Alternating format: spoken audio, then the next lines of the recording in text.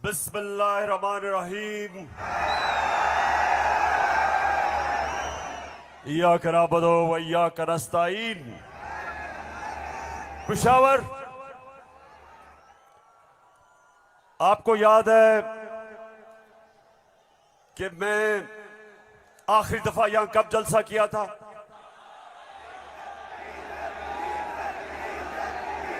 जब एक बैरूनी साजिश के तहत हमारी हुकूमत को गिराया गया, तो पहला जलसा मैंने उसके बाद अपने पेशावर की आवाम के पास आके किया। और माशाअल्लाह पेशावर, जब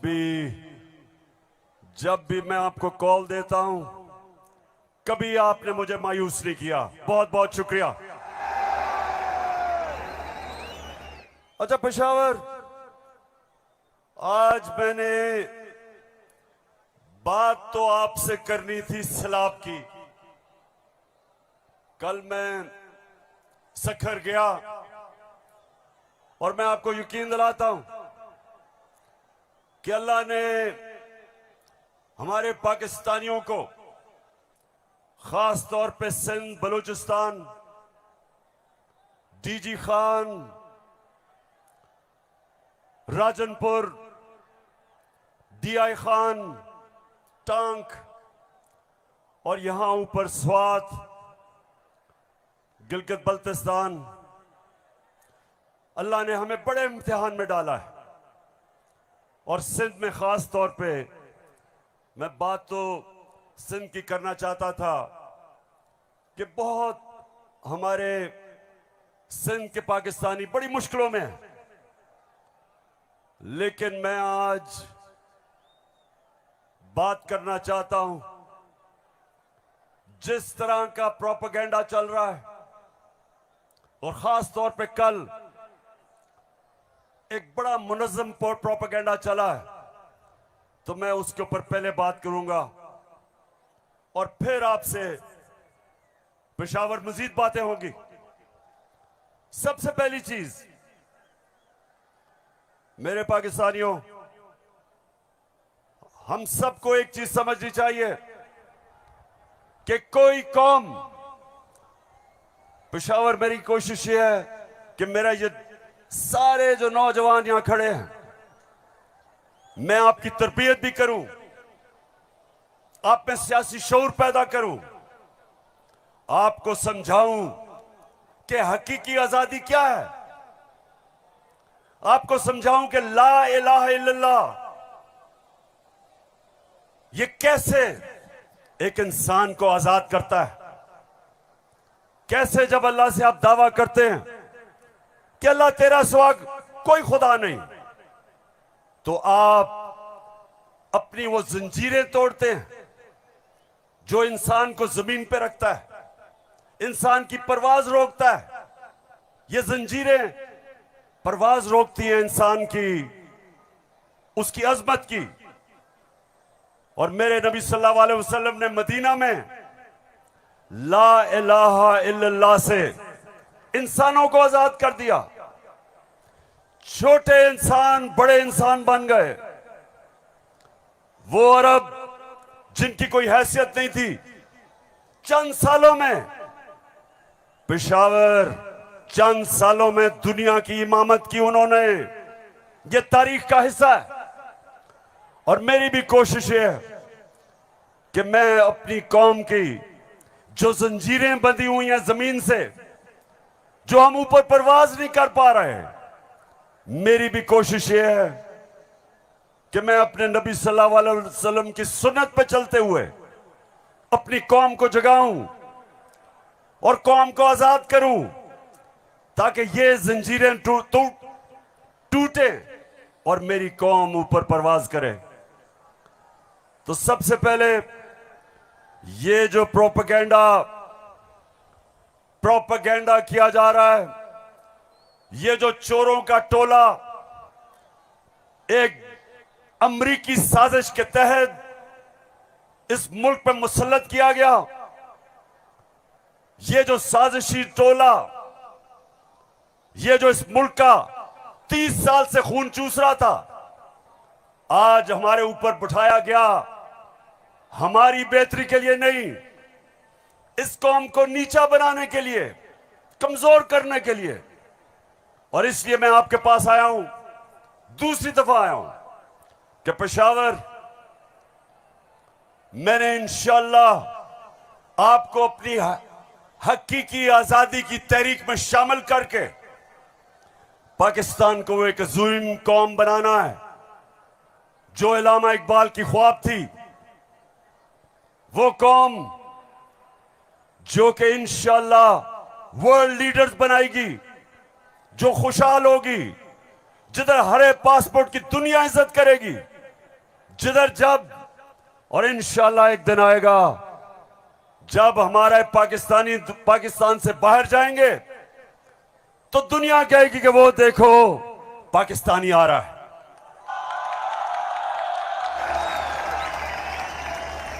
मेरे पाकिस्तानियों, एक ऐसा वक्त था कि अरब ताजिर, मुसलमान ताजिर जब मलेशिया और इंडोनेशिया गए तो कोई मुसलमान फौज नहीं गई थी इंडोनेशिया और मलेशिया। मुसलमान ताजरों का किरदार देख के, मुसलमानों के ताजरों की सच्चाई देख के, सादिक और अमीन ताजरों ने अपने किरदार से लोगों को मुसलमान किया। याद रखें, मुसलमानों ने फतह नहीं किया था मलेशिया और इंडोनेशिया, मुसलमानों का कैरेक्टर था जिसने फतह किया था। मैं वो चाहता हूं कि वो हमारे पाकिस्तानी बने कि जब आप दुनिया में जाएं तो लोग आपकी इज्जत करें, आपके पासपोर्ट की इज्जत करें। और वो कभी नहीं होगा जब तक आपके ऊपर ये चोर बैठे हुए हैं।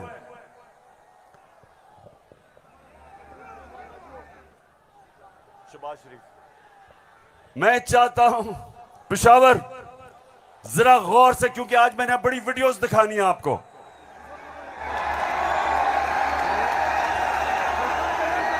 आज आप ये जलसा पूरी तरह आपकी तरबियत भी होगी और आप एंजॉय भी करेंगे।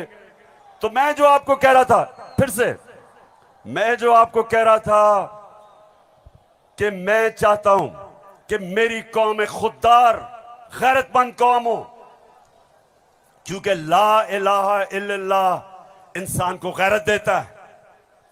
जो ला इलाहा इल्लल्लाह दिल में जिसके चले जाता है, वो किसी झूठे खुदा के सामने नहीं झुकता।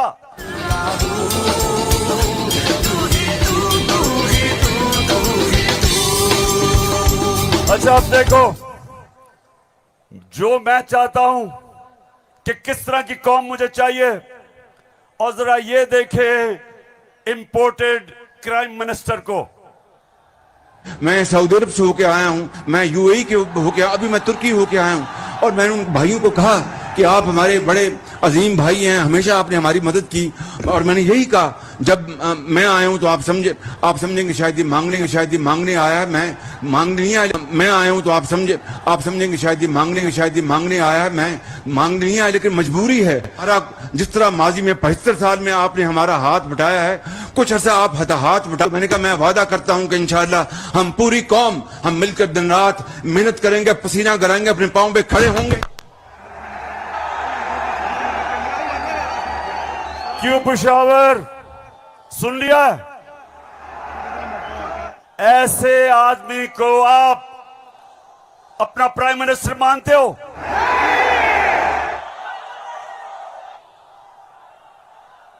अगर ये वाकई अगर गैरतमंद प्राइम मिनिस्टर होता तो पहले जो इन्होंने अरबों रुपया चोरी करके मुल्क से बाहर रखा, पहले वो वापस लेके आते, फिर लोगों से पैसे मांगते। अपना पैसा चोरी करके मुल्क से बाहर, और बाहर जाके लोगों से पैसे भीख मांगना। अच्छा पाकिस्तानियों, पेशावर, मैं आज आपको अब बताना चाहता हूं कि ये जो चोरों का टोला हमारे ऊपर मुसल्लत किया, अब इनको पता चल गया है कि ये अब ये हमें हरा नहीं सकते। हाँ मुझे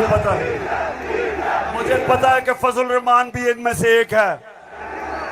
अब ये जो थ्री स्टूजेस हैं, इनको पता है कि मैच खेल के तो ये अब ये जीत नहीं सकते। इनको पता है कि जब भी इलेक्शन हुआ इन्होंने हारना है। अब ये कर क्या रहे हैं? साजिशें कर रहे हैं। किसी तरह इमरान खान को डिस्क्वालीफाई करवाओ, केस बनाओ, कभी तोशाखाना, कभी वो इनका पालतू इलेक्शन कमीशन, कभी वो कोशिश कर रहे डिस्क्वालीफाई करने के लिए। अदालत के अंदर मुझे दहशतगर्द बना दिया पुशारों वालों। दहशतगर्द आपके सामने खड़ा है। कोशिश है कि किसी तरह बस इमरान खान मैच ना खेले। ये वैसे ही है, जब हम छोटे थे क्रिकेट खेलते थे तो जब एक टीम हारने लगती थी वो विकेट उठा के ले जाती थी। अब ये यही कर रहे हैं, मैच खेल नहीं सकते, किसी ना किसी तरह बस इमरान खान को बाहर निकालो टीम से। दूसरी चीज, और ये उससे खतरनाक चीज कर रहे हैं पेशावर, ये कोशिश कर रहे हैं कि किसी तरह पाकिस्तान की सबसे बड़ी जमात,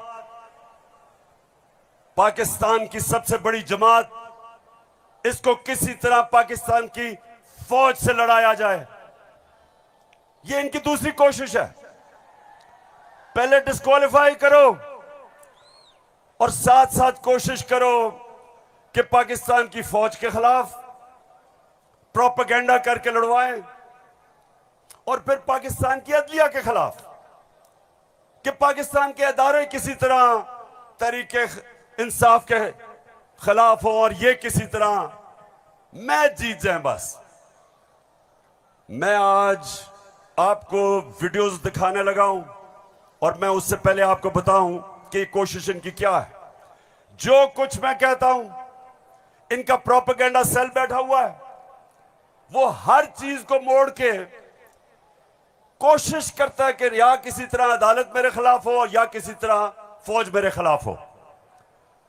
अब मैंने क्या कहा था, मैंने अभी चंद रोज पहले क्या कहा, परसों मैंने क्या कहा, मैंने ये कहा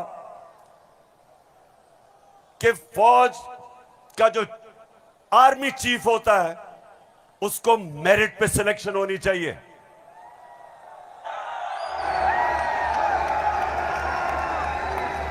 अब मुझे यह बताओ कि कोई भी किसी का खैर ख्वाह होता है, वो हमेशा चाहेगा अगर इदारा मजबूत करना है मेरिट पे सिलेक्शन हो।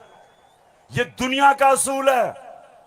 आपने अगर फैक्ट्री सही चलानी है ऊपर मेरिट पे आदमी बिठाओ।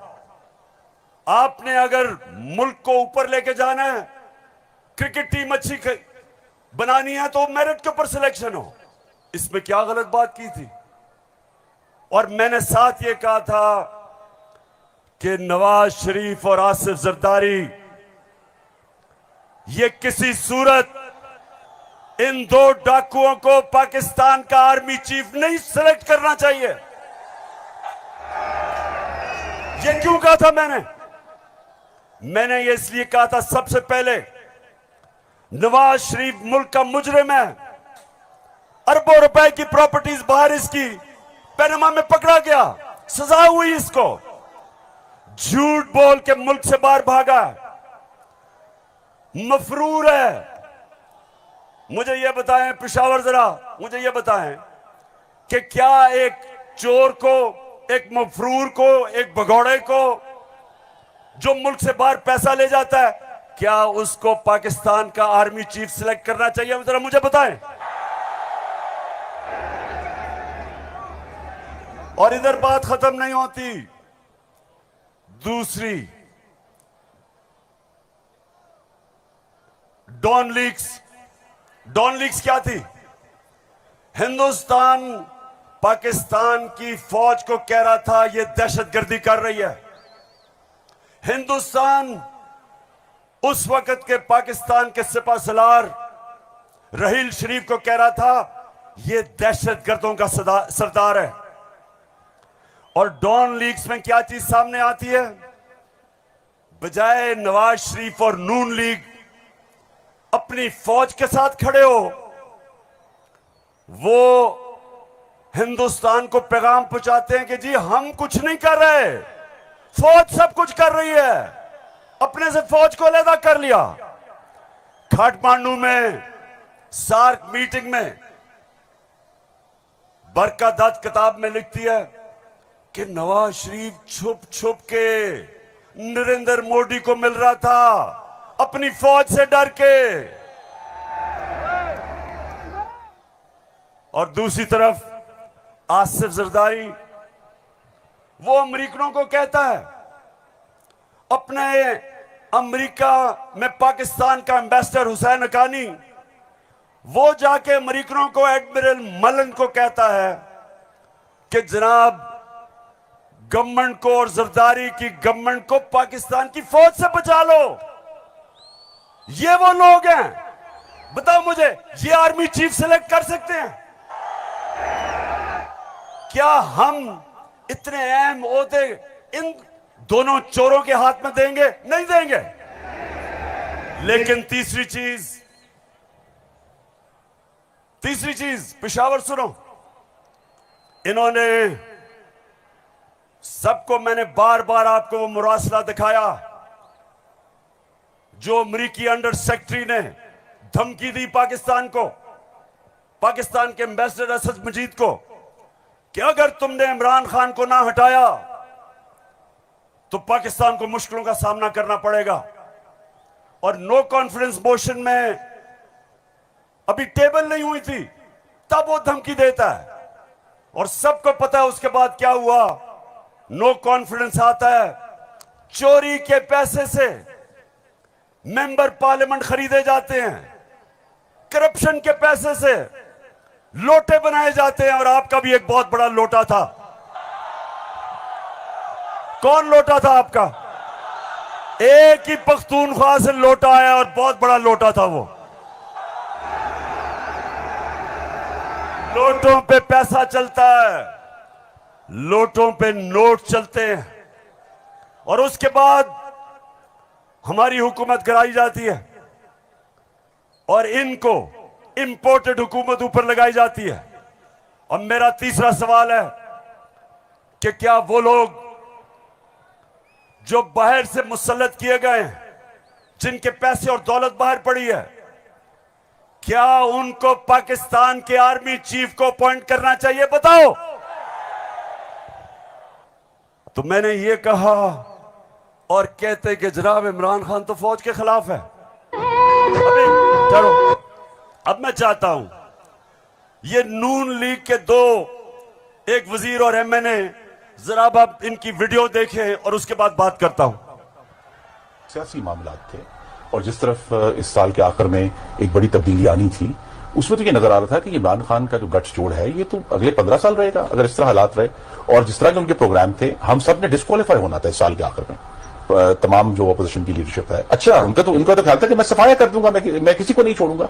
तो ये आपका खदशा है? मालूमात है जी, हमारी सीरियस मालूमात आपके ख्याल में जो आप ये लोगों को भूल जाता है, लेकिन कुछ माह पहले जो कहा कि हम नैब के कुछ 100 जज और हायर कर रहे हैं और हम सारे केसों को एक्सप्लाइट करेंगे, तो उस मैथ्स लेवल के ऊपर मैथ्स लेवल पे डिस्क्वालिफिकेशन होनी थी। बिगिनिंग शहबाज शरीफ डाउनवर्ड, शाहजादा अब्बासी, हसन इकबाल और ऑल ऑफ अस, सिर्फ मुस्लिम लीग नून की नहीं। आपके ख्याल में जो कोलिशन बनी है वो इसी वजह से बनी है कि इमरान खान साहब के तो फाशिस्ट प्लान्स थे ना इस मुल्क के ऊपर हमला करने के। तो लिहाजा ये आज मुश्किल जरूर है, लेकिन ये हमें याद रखना है जब हम मुआशरत की डिस्कस करते हैं कि यहाँ जमहूरियत का, हाकमियत का और वफाकियत का मामला भी मौजूद है जिसको हमें साथ लेकर चलना है। तो इसलिए एक लार्जर कॉन्टेक्स्ट में सियासी मामला कि जो हमें लोग कहते थे, डराते थे, दबाव में लाते थे इस बात पे कि अगर फौरी तौर पर अदम एतमाद करके आप हुकूमत में ना आए तो फलां आ जाएगा, फलां बैठ जाएगा किसी चेयर पे। कोई किसी किस्म का हमें उस वक्त भी ना नोटिस था ना हमने लिया था, मगर इत्तेहादी जमातों के हम फैसलों पर के पाबंद थे। मैं आज भी ये बात कहने लगा हूं कि अगर कि जो हमें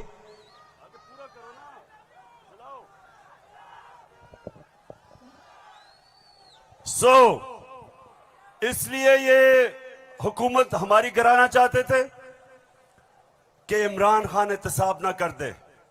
डर ये था कि अगर इमरान खान रह गया तो ये जेल में चले जाएंगे, क्योंकि इन्होंने जो चोरी किया वो पकड़ी जाएगी।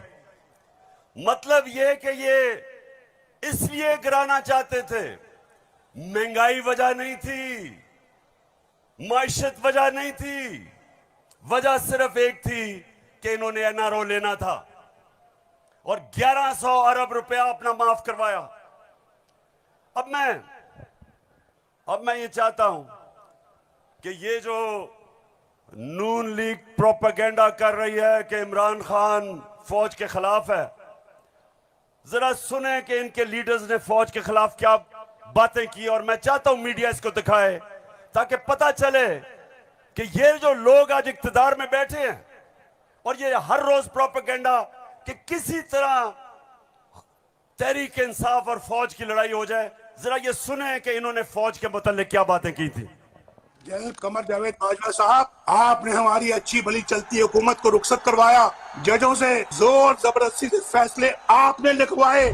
फौज के जवानों और अफसरों के नाम जब आप किसी फर्द वाहिद या मफाद प्रस्त टोले के लिए आइन तोड़ने के मुर्तकिब होते हैं, वहाँ आप खुद अपनी कौम को, अपने मुल्क और अपने लोगों को आइन शिकनों के रहमो करम पर छोड़ रहे होते हैं। हाँ, नवाज शरीफ ने ये जरूर किया कि उसने किरदारों और इदारों के दरमियान एक वाज़ेह लकीर खींच दी है। एक या दो अफराद इदारा नहीं हुआ करते, एक या दो अफराद इदारों की बदनामी का बायस बना करते हैं।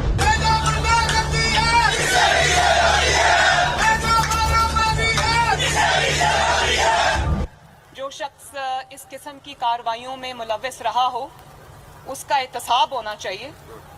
उसको बल्कि इतने बड़ी बड़ी उनकी ग्लेयरिंग चीज़ें शायद 73 साल की तारीख में कभी नहीं मिलती, तो अब तो उनका एहतसाब होना चाहिए। ये इस किस्म के शख्स को कोई और ओहदा दे देना, और वो भी इतना इम्पोर्टेंट ओहदा देना, ये मैं समझती हूँ कि ये कौम के मुंह पे तमाचा है, आइन और कानून की हुकूमत के मुंह पे तमाचा है। तुम हमें सियासत बतलाते हो, अपने हुदूद में रहो, इसराइल की नौकरी न किया करो, इसराइल के वजीफों पर पढ़ने वाले जर्नलों अपने हुदूद में रहो। बड़े बड़े रैंकों वालों से भी अपने आप को मुहतरम समझता हूँ, और अगर बिगड़ोगे तो फिर अगर हम बिगड़ गए तो अफगानिस्तान में अमेरिका का क्या हासिल हुआ, खुदा की कसम यहाँ तुम्हारा हो गया। तो हमारी किरदार कशी करना छोड़ दो। अगर हमने आपकी शुरू की तो पता नहीं पाकिस्तान बनने से आज तक कितने जनरलों की शुरू हो जाएगी। बेटी भाई वो अक्यूज्ड हैं, उनकी लिस्ट लेके जिस दिन हमने प्रेस कॉन्फ्रेंस की तो आपकी ईम से बढ़ जाएगी। अभिनंदन की क्या बात करते हैं। चीफ ऑफ आर्मी स्टाफ तशरीफ लाए, पैर कांप रहे थे, पसीने माथे पे थे। सुन लिया पेशावर, मैं इसलिए ये बता रहा हूं कि ये वो लोग हैं जो हमें कह रहे हैं कि हम अपनी फौज के खिलाफ हैं। फौज भी मेरी, मुल्क भी मेरा। जितने इदारे मजबूत होंगे मुल्क मजबूत होगा, अदलिया मजबूत होगी मुल्क मजबूत होगा, फौज मजबूत होगी, हम आजाद हो सकेंगे। हम अपनी आजादी, हम किसी के सामने झुकेंगे नहीं, कोई मुल्क हमें फतह नहीं करेगा। जिस तरह सारी मुसलमान दुनिया में आज अजाब आया हुआ है, सोमालिया से लेके, लिबिया से लेके, सीरिया से लेके, सारी मुसलमान, अफगानिस्तान में क्या हुआ, यमन में, सारी मुसलमान दुनिया में किस तरह का अजाब आया, और हम वो पाकिस्तान है जो एक मजबूत फौज की वजह से बचे हुए हैं। तो नून लीग वाले ये समझ जाओ कि हम वो लोग हैं जो इस मुल्क के इदारे मजबूत करेंगे। और कभी अगर कोई तनकीद करते भी हैं अपनी फौज के लिए, उसकी बेहतरी के लिए करते हैं, तामीरी तनकीद करते हैं। अब वो चलाओ।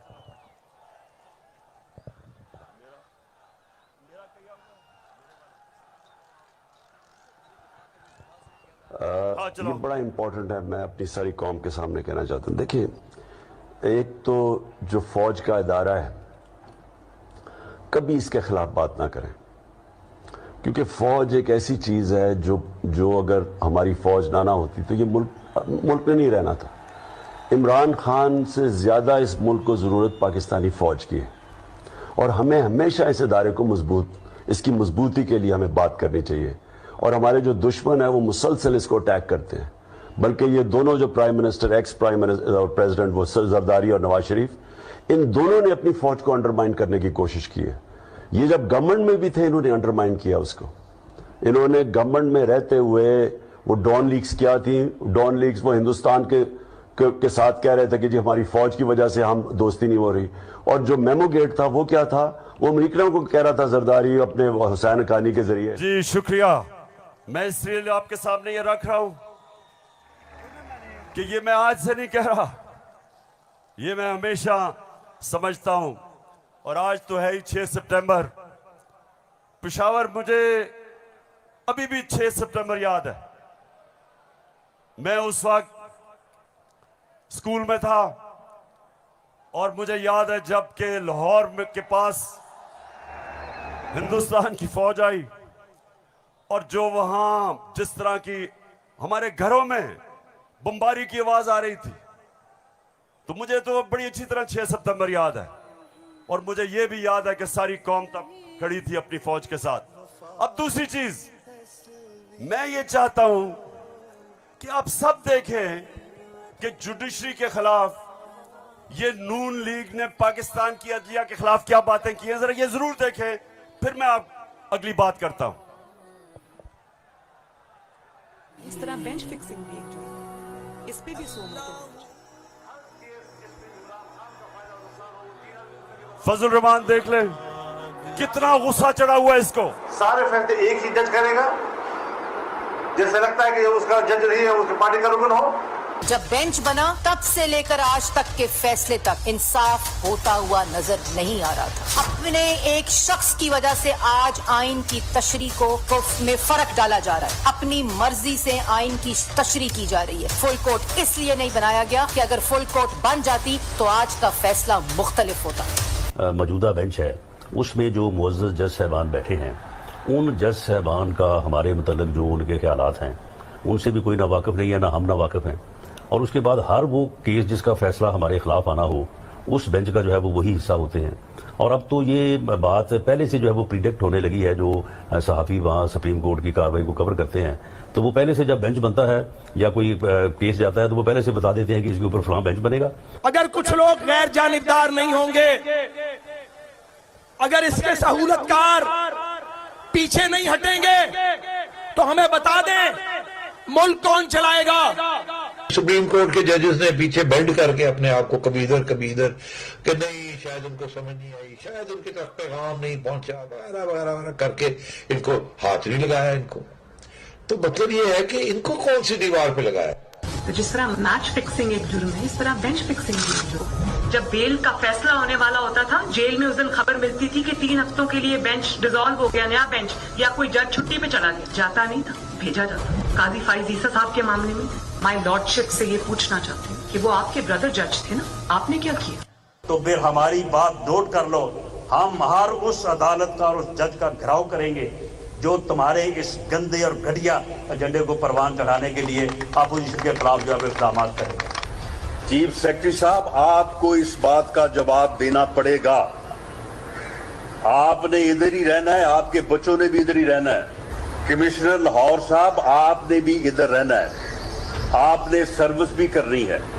इसलिए आपको ये चाहिए था कि आप इस गैर कानूनी अमल के आगे दीवार बनते और इसे बजा लाने से इनकार करते। आला अदलिया के जजेस पार्टी बनकर अगर चीफ जस्टिस वो जबान इस्तेमाल करेंगे जो इमरान खान कंटेनर पे चढ़ के करता था, तो उस जबान का वही जवाब मिलेगा जो नवाज शरीफ के सियासी मुखालिफिन को दिया जाता है। आप कौन होते हो किसी की तौहीन करने वाले? आप कौन होते हो किसी की तज़हीक करने वाले? ऐसे नाइंसाफी पर मबनी फैसले करोगे, बुग़्ज़ पर मबनी फैसले करोगे, इंतकाम वाले फैसले फैसले करोगे तो कौन इज्जत करेगा आपकी? फिर तौहीन अदालत लगा देते हो। 5 मेंबर बेंच ने सियासी पार्टी बना दिया पूरी अदलिया को और उसको मुस्लिम लीग नून के सामने ला के खड़ा कर दिया। क्या बताओ, मुल्क की सबसे बड़ी अदालत की इससे भी बड़ी तौहीन हो सकती है कोई? हम आपकी इज्जत करना चाहते हैं, आप भी तो अपनी इज्जत करवाओ। तो जस्टिस अजमत सईद साहब जो है उनको कौन नहीं जानता। पर्सनली जाती तौर पे असरअंदाज होकर उन्होंने JIT बनवाई। बदनाम जमाना JIT को आज तक व्हाट्सएप। मैं सिर्फ आपको ये थोड़ा सा सैंपल दिखा रहा हूं कि किस तरह का ये अपने पाकिस्तान की अदलिया के खिलाफ क्या जबान इस्तेमाल की गई है। और मैं अपना आपको बता दूं, आज से 26 साल पहले जब मैंने सियासत शुरू की तो उसको इंसाफ की तहरीक का, आजाद अदलिया के लिए सबसे पहले हम खड़े हुए। जेल में वाहिद सियासी लीडर था जो आजाद अदलिया के लिए जेल में गया। 2008 की इलेक्शन बॉयकॉट की अपनी अदलिया के लिए। उसके बाद जब हम इक्तदार में आए तो इस्लामाबाद में 50 साल के बाद पहली दफा जुडिशल कॉम्प्लेक्स बनाया अपने जजेस के लिए।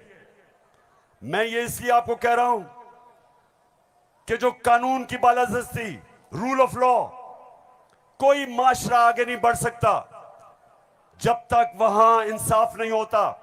और इंसाफ देती है अदलिया। इसलिए हमने हमेशा अपनी अदलिया की इज्जत की है। ये जो नून लीग के लोग हैं जो आज जिस तरह की जबान इस्तेमाल कर रहे हैं, सोशल मीडिया पे अटैक कर रहे हैं इस्लामाबाद के चीफ जस्टिस को, ये कभी, मैं आपको ये बता रहा हूं कि मैंने कभी अपनी पार्टी को इजाजत नहीं दी कि अदलिया को अटैक करे। क्योंकि आखिर में इंसाफ होगा तो मुल्क में खुशहाली आएगी और इंसाफ अदलिया देती है। मुझे बड़ा जनाब इन्होंने कहा कि देखें इमरान खान ने कोई बड़ी गलत जबान इस्तेमाल कर दी। मैं आप सबके सामने आज ये कहना चाहता हूं कि मैं अपनी अदलिया की इज्जत करता हूं, लोअर कोर्ट्स की इज्जत करता हूं। वो लोअर कोर्ट्स जो आम इंसानों की खिदमत करते हैं और मुश्किल हालात में अगर एक मैजिस्ट्रेट ज़ेबा के खिलाफ ऐसे लगा कि मैंने कोई सख्त जबान इस्तेमाल की, उसकी वजह थी मैं शहबाज गिल को देख रहा था, उसके ऊपर तशद्दुद हुआ, उसको जिसको कहते हैं कस्टोडियल टॉर्चर, उसको हवालात में बंद करके तशद्दुद किया गया, नंगा किया गया।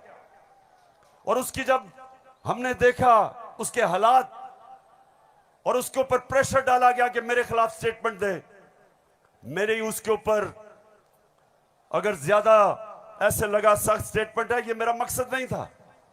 कभी मैं ये नहीं समझ सकता कि मैं किसी जज को धमकी दूं। लेकिन मैं आज सबको ये कहना चाहता हूं कि इस मुल्क में जब तक इदारे मजबूत और ताकतवर नहीं होंगे, मुल्क ऊपर नहीं आएगा। आज अगर मगरिब के अंदर खुशहाली है तो वहां इंसाफ है। जितना ज्यादा इंसाफ और कानून की बालादस्ती उतना खुशहाल माशरा। तो मेरी तो पहले दिन से यह स्ट्रगल है। तो पेशावर सबको मैं आज पैगाम देना चाहता हूं कि ये जो कोशिश की जा रही है तहरीक इंसाफ को इदारों से लड़ाने की, ये कौम सब समझ गई है। कौम में सियासी शऊर आ गया है। लोग एक एक चीज, कभी भी पाकिस्तान के अंदर अवाम और बच्चे और नौजवान और मेरी ख्वातीन बहनें, कभी इस तरह का शऊर और बेदारी नहीं थी जो अल्लाह के फजल से आज पाकिस्तान में है। तो ये जो चोरों का टोला, ये जो बार बार कोशिश कर रहा है कि तहरीक इंसाफ को दीवार से लगाया जाए, सब सुन लो कि जितना तुम मुझे दीवार से लगाओगे उतना मैं और तुम्हारे से मुकाबला करूंगा, लड़ूंगा तुम्हारे से।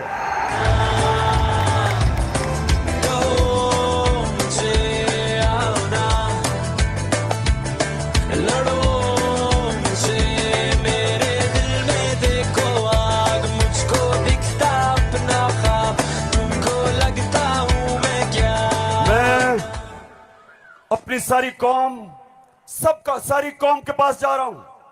7 महीने से मैं पब्लिक में हूं, हर शहर में जा रहा हूं, अपनी कौम को तैयार कर रहा हूं कि मेरे पाकिस्तानियों, जब मैं तुम्हें कॉल दूंगा तुमने निकलना है मेरे साथ। है ये राहे अमल, आओ हम सब साथ चले, मुश्किल हो या आसानी, हाथ में डाले हाथ चले, धड़कन है पंजाब मगर दिल अपना मेहरान है।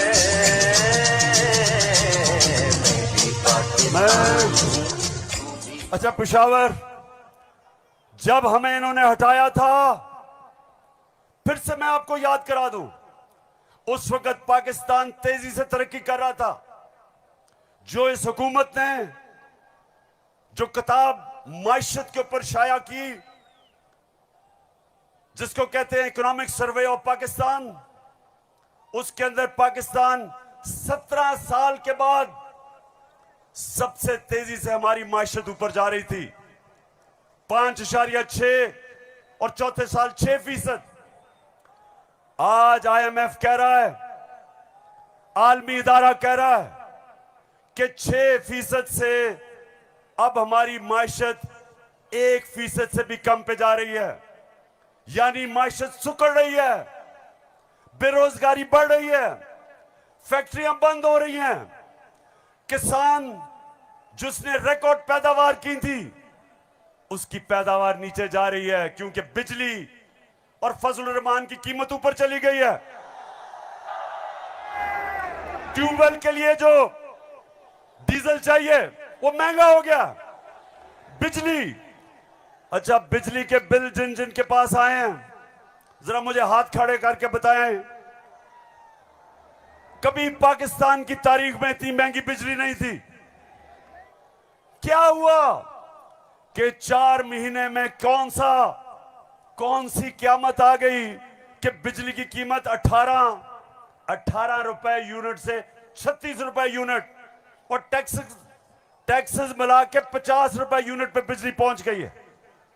गंदम 850 रुपए पे 20 केजी मिलती थी, आज कराची के अंदर 2000 रुपए पे नहीं मिल रही। बलूचिस्तान में देखें गंदम की कीमत किधर गई।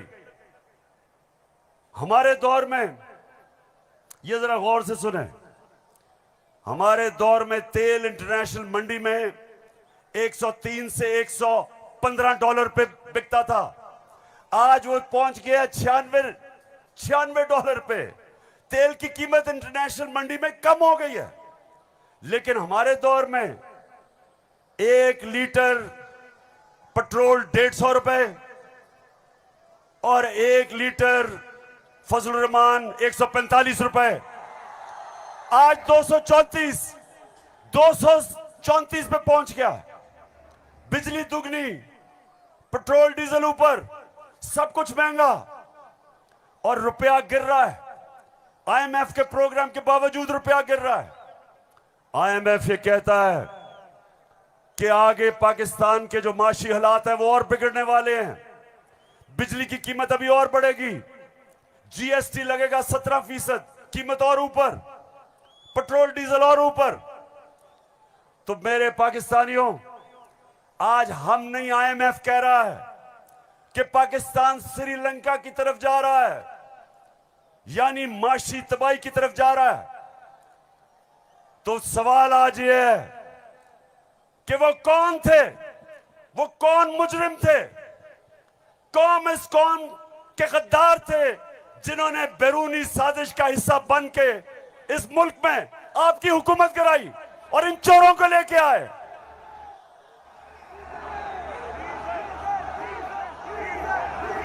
मैं अब जरा जो आपको आजकल जो नवाज शरीफ की बेटी आजकल बनी हुई है, मालिका बनी हुई है पाकिस्तान की, प्रोटोकॉल उसको प्राइम मिनिस्टर का मिल रहा है। जरा मैं सारी कौम के सामने बताना चाहता हूं कि इसका सबसे बड़ा मसला यह है कि इससे सच नहीं बोला जाता। जरा ये आप फिल्म शो देखें, ना आपकी इनकम इतनी है कि आपको ये प्रॉपर्टी आप ले सकते हैं कि आपने मेफेयर के अंदर जो आपकी 4 अपार्टमेंट्स हैं उनकी 1 अरब से ज्यादा, 1 अरब रुपए से ज्यादा उनकी कीमत है। अब 4.5 अरब तक पहुंच गई है उनकी कीमत। आपने अपनी जो टैक्स में टोटल आमदनी बताई है 94 में 1.5 लाख रुपए है। मुझे ये बताएं कि आपने अरबों रुपए की मेफेयर में प्रॉपर्टी खरीदी कैसे? सुन लिया, ये आज से 10 साल पहले मैंने पूछा कि बताएं आपने आमदनी तो अपनी दिखाई नहीं, तो ये अरबों रुपए की बर्तानिया के सबसे महंगे शहर लंदन के सबसे महंगे इलाके में आपने अरबों रुपए की प्रॉपर्टी कैसे ली? तो जरा आप ये सुने, जवाब आता है। बात ये है कि जिन अरबों रुपए की मेफेयर की प्रॉपर्टीज की ये बात कर रहे हैं, ये तो पहले पता नहीं है। बताएं कौन सी प्रॉपर्टीज है, लाएं, दिखाएं, उसका कोई प्रूफ लाएं। सुन लिया, कहते किधर है ये प्रॉपर्टी, किसकी बात कर रहे हैं?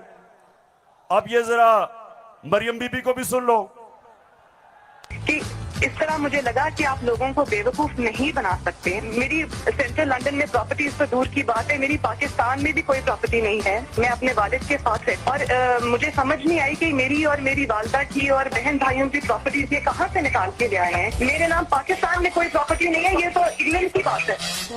सुन लिया पेशावर, सुन लिया आपने, मेरी बहनों आपने सुन लिया कि लंदन तो छोड़े मेरी पाकिस्तान में भी कोई प्रॉपर्टी नहीं है। मेरे तो बहुत बुरे हालात हैं। अब मरियम बीबी को नहीं पता था कि एक इंटरनेशनल इंकशाफ होता है, पैनामा पेपर्स। दुनिया में जो सीक्रेट डॉक्यूमेंट्स हैं वो लीक हो जाती हैं। बड़े बड़े दुनिया में प्राइम मिनिस्टर और वजीर सब पकड़े जाते हैं, उसमें हमारे शरीफ खानदान भी फंस जाता है। नवाज शरीफ, मरियम नवाज, हसन नवाज और हुसैन नवाज के बैरून मुल्क खुफिया असासों का इंकशाफ। पनामा लीक्स ने बैरून मुल्क खुफिया दौलत का भांडा फोड़ दिया। सुन लिया, अब ये सुना, ये इंकशाफ हो गया। जब इंकशाफ हुआ तो मरियम के भाई हुसैन शरीफ क्या कहते हैं, ये जरा सुन लें। मैं इस बात को तस्लीम करता हूँ कि अल्हम्दुलिल्लाह पाक लेन के ऊपर जो अपार्टमेंट्स हैं वो अल्हम्दुलिल्लाह हमारे हैं। मैं इस बात को तस्लीम करता हूँ कि उनको ऑफशोर कंपनीज नेस्कॉल लिमिटेड और नीलसन लिमिटेड जो है उनको ओन करती हैं। और मैं आपको ये भी अर्ज करता हूँ उनको होल्ड कर रही है इस वक्त मरियम नवाज शरीफ, मेरी हमशीरा जो है। पेशावर सुन लिया कि छुपाई हुई थी प्रॉपर्टीज।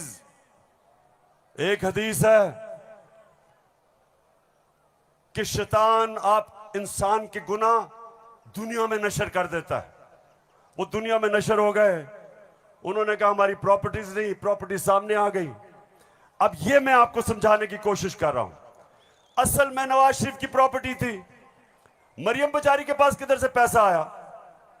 पैसा तो नवाज शरीफ का था। क्यों छुपा रहा था? क्योंकि आपके चोरी का पैसा था, अवाम से पैसा चोरी किया था। चोरी और करप्शन में क्या फर्क? चोरी होती है जो जेब कुतरा करता है, जो आपके घर में चोरी होती है, जो साइकिल चोरी होता है, मोटरसाइकिल, इंसान को नुकसान पहुंचता है। करप्शन, मुल्क का पैसा चोरी करने को करप्शन कहते हैं, और मुल्क तबाह होते हैं करप्शन से। जो पैसा आपकी तालीम पे, अस्पतालों पे, सड़कों पे, गुर्बत कम करने पे, जो पैसा वहां खर्च करना होता है इनकी जेबों में चला जाता है, मुल्क से बाहर चला जाता है। इसलिए कौम में गरीब इसलिए नहीं होती कि उनके पास वसाइल नहीं है, असासे नहीं है। कौमें गरीब तब होती हैं जब उनके अपने सरबराह मुल्क को पैसा चोरी करके बाहर ले जाते हैं। तो ये जो आज हमारे ऊपर मुसल्लत किए हुए हैं, सारी कौम तैयार हो जाए। मैं कभी इनको कबूल नहीं करूंगा, मैं कभी इनकी गुलामी कबूल नहीं करूंगा। खबर तकम स्टोर माल रोड़ा लड़श पे खबर तकम स्टोर माल रोड़ा ताजा ताजा गुलुना द्रेसलोर माल रोड़ा ताजा ताजा गुलुना द्रेसलोर माल रोड़ा। पेशावर हाथ खड़ा करके बताओ आप तैयार हो जब मैं आपको कॉल दूंगा? आपने सब तैयार होना है। जिस तरह मैं आपको कह रहा हूं, कहता रहा हूं, मैं हूं आपका कप्तान और आप मेरी टीम हो। और ये वर्ल्ड कप हमने पाकिस्तान की हकीकी आजादी के लिए जीतना है। एक अजीम मुल्क बनाना है पाकिस्तान को। हमेशा आजाद मुल्क ऊपर जाते हैं, गुलाम मुल्कों की परवाज नहीं होती। हम ये नहीं चाहते कि हम किसी दुनिया के मुल्क से लड़ाई करें।